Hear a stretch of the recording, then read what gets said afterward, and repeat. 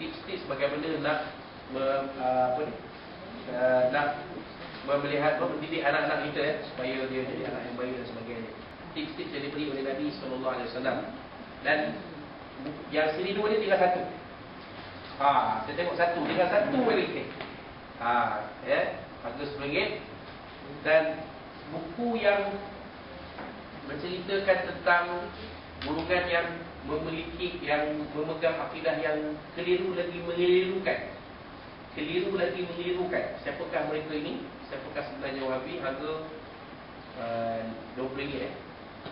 Ni dia, kita boleh kaji dari segi sejarah mereka ni, mereka datang dari mana dan apakah kecelaruan akidah yang mereka bawa di sini. Dari segi sejarah lah, dari segi maklumat dan asas, supaya nanti bila kita terbaca ataupun kita terjumpa, kita akan tahu mereka ni. Sebab mereka ni semakin banyak berkembang dalam masyarakat kan. Kemudian salah satu akidah mereka yang mereka bawa yang sangat-sangat mengelirukan, malah boleh sampai ke tahap sesat lagi menyesatkan, iaitu ni dia, tajsid, menyerupakan Allah dengan zat, menyerupakan zat dan sifat Allah dengan zat sifat manusia. Contoh, mereka berpegang Allah Ta'ala itu ada tangan, tapi tangan Allah tak sama seperti tangan makhluk. Ini akidah mereka yang sesat lagi menyesatkan. Sebab kita Ahlussunnah wal Jamaah berpegang Allah Ta'ala itu mukhalafatul hawadis, suci. Allah Ta'ala, maha suci Allah Ta'ala itu daripada sifat-sifat zat dan sifat makhluk. Jadi kita boleh baca tu untuk mendapat gambaran yang lebih jelas. Jadi kalau kata Ustaz Akhir mengajar tu, betul tunjukkan Ustaz Akhir kitab. Kalau kitab Ustaz Akhir mengajar pun tak apa, tak ada masalah. Ustaz tolong ajar kitab Ustaz, ambil dalam satu dua kuliah ajar kitab tu. Sebab akidah yang dipelajari oleh Ustaz Akhir sama dengan akidah yang dipelajari oleh pengarang buku ni. Ustaz Zamihan, Haji Zain Al-Ghali, sama je, tak ada beza. Jadi harganya RM15 saja. Tak banyak ni. Jadi siapa cepat dia dapat. Jadi buku ni boleh dijadikan sebagai kuliah untuk mengajar sebenarnya. Kitab untuk mengajar. Dan segi akidah, kita nak mengenal mereka yang mempunyai akidah. Selama ni kita kenal Syiah je. Kita tak kenal golongan Wahabi ni, kita tak kenal. Sebab mereka pandai berselindung di sebalik memperjuangkan sunnah. Kami ni membawa anjuran ataupun ajaran kembali kepada sunnah. Sebenarnya mereka lah golongan yang memporak-porandakan sunnah. Tapi segi akidahnya ada dalam ni. Jadi kita pun akan terpelajar bila kita baca kitab ni. Betapa sesat barat dia akidah mereka. Jadi harga buku ni yang boleh dia saja, dan diperangkumi oleh salah seorang ahli fatwa negeri Perak, Datuk Soleh Ahmad. Jadi maknanya buku ni boleh dibawa, diedarkan, disebarkan dalam negeri Perak. Sebab ahli fatwa sendiri pun tak beri fatwa tentang buku ni. Tak ada masalah, tak ada usaha hati. Kalau ada ustaz nak tembak dan sebagainya, tunjuk. Ini Datuk Soleh, guru kita pun dah iktiraf buku ni, tak kalah ustaz pandai-pandai kata tak betul buku ni. Nampak. Jadi akak dia usaha hati. Tak banyak sewa ni, hanya tengok sikit je. Harganya RM15 sahaja. Yang ni RM20. Yang ini pun 20, tinggal 2 biji. Yang ni akak semua tahu. Ini tinggal satu je, satu lagi last. Jadi insyaAllah apa yang saya cuba sampaikan itu adalah untuk kebaikan kita semua. Yang baik kalau tak ada Allah SWT, yang kurang itu pasti dari berkurang kelemahan saya. Ya. Ya.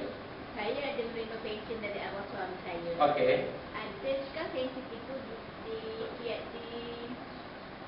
dikira harta pusaka? Okey. Harta pusaka Pension pension suami. Okey.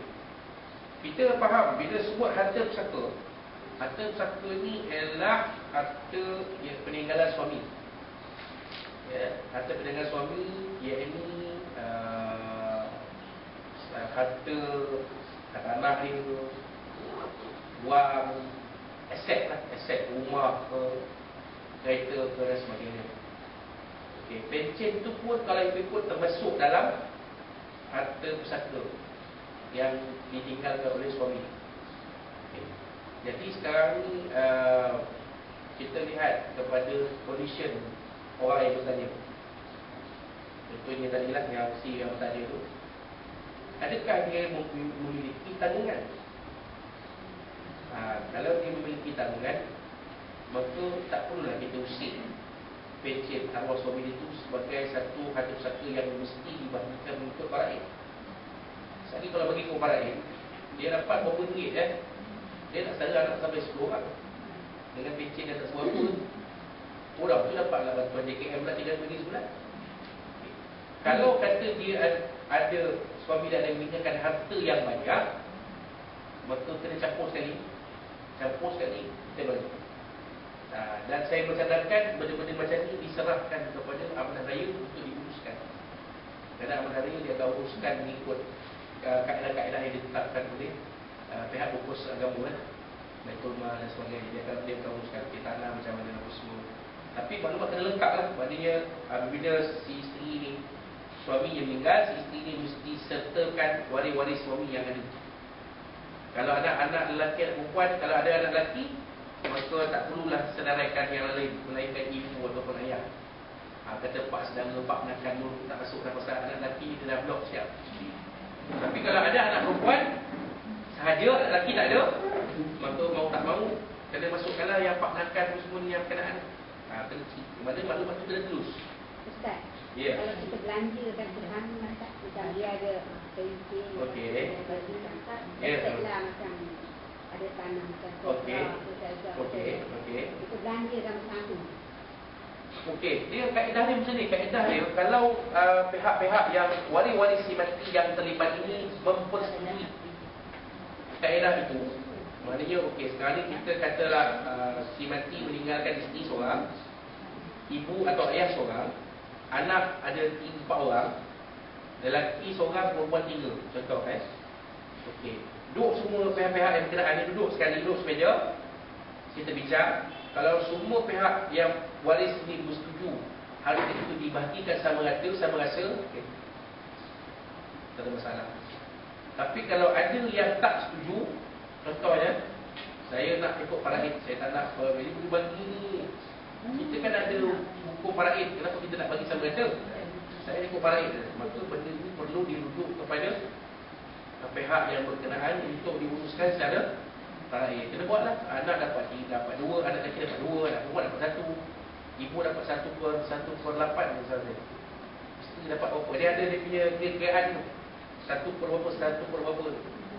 Kita kira tu. Kalau boleh bagi sama rasa, okey, no problem. Katakan ada tadi ada ibu, ada isteri, ibu, ada anak 4 orang, ada 6 lah, 7, 6 lah. Kita bagi 6 bahagian. Seorang mak dapat 1/6, isteri dapat 1/6, anak-anak pun dapat 1/6, tak apa. Masing-masing sama semua pihak setuju. Okey, sambil jalan. Macam anak-anak tu dia macam ada yang dah bekerja, ada yang tengah belajar. Ya. Bagi pada yang belajar, dari yang dah kerja tu saya belajar. Itu atas persetujuan anak-anak yang 4 orang tadi. Kalau semua anak setuju, okey, boleh jalan, tak ada masalah. Alah tak apalah, bagilah si apa dia nak belajar, bagilah dia, tak apa. Tapi kalau ada, macam saya dah ulang tadi, kalau ada yang tak setuju, maka perlu dijalankan mengikut proses para ini. Itu kaedah dia sebenarnya. Para itu memanglah kalau ikut asal kita ikut baik, tapi sebenarnya kalau semua waris yang terlibat setuju dibagikan sama rata, maka itulah semangat syarak yang kita ambil. Maknanya lebih baiklah bagi sama rata macam tu. Kan?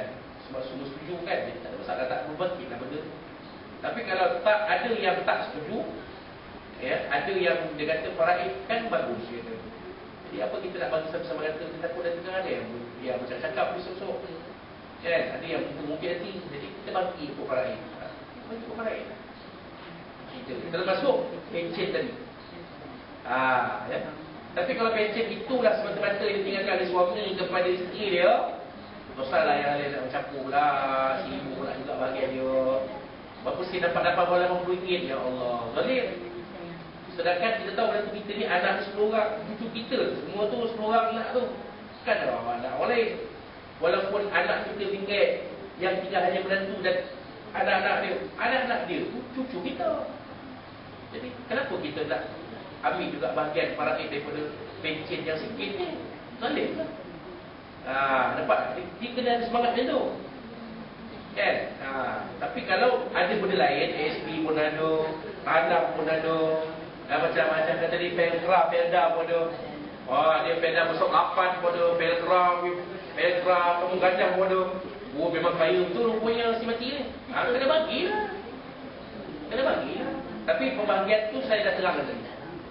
Kalau semua diberi sepakat, semua waris yang terlibat sepakat, kita boleh bagi sama rata sama rasa. Kalau ada yang tak setuju, elok kita bagikan mengikut para senang cerita. Tak ada bangkit lagi dah. Tak ada buka bangkit lagi dah. Kerana semuanya kita dah mengikut hukum syarak. Kan tanya Ustaz ada sekarang ni 3 hari ni, dia cerita Ustaz Ghazali gitu, cerita Ghazali Ibrahim. Ya. Besok ada hari lagi dia cerita macam itu. Apa yang dia Kalau Ustaz Ghazali itu pakar. Pakar tentang urusan harga mati dan wasiat, memang dia pakar. Cerita pasal itu. Dia bercerita benda tu. Dia cerita lebih detail daripada saya. Saya cerita tu setakat pada yang saya tahu je. Tapi dia cerita detail macam mana. Tanya Ustaz. TV. Ustaz Ghazali adik Arufah. Tak kata dia. Ya, tu dia bagi. Kalau suara sebiji macam saksi. Sebiji tak saling tak tepat. Sebiji suara. Tapi nyanyinya tak tahulah. Dia tak nak tunjuk lah kan. Dia nyanyi pun kalau suara pun rendah je. Kan. Tapi kita tak tahu lah kan. Tak suruh nyanyi betul. Takkanlah sikit pula. Adik-adik pula. Kan. Kita sakit kalau nyanyi suara sedap pula dah kena ganti masuk Rabani pula. Altif sedangkan dia pun mungkin dia ada komitmen yang lain. Itulah sebabnya. Okey, wallahu a'lam. 11 dia. Apa ni orang bukan Islam buat pinjaman. Okey. Lepas tu yang penjamin ni orang Melayu. Okey, orang Islam lah. Okey. Lepas tu tiba-tiba yang bukan Islam tu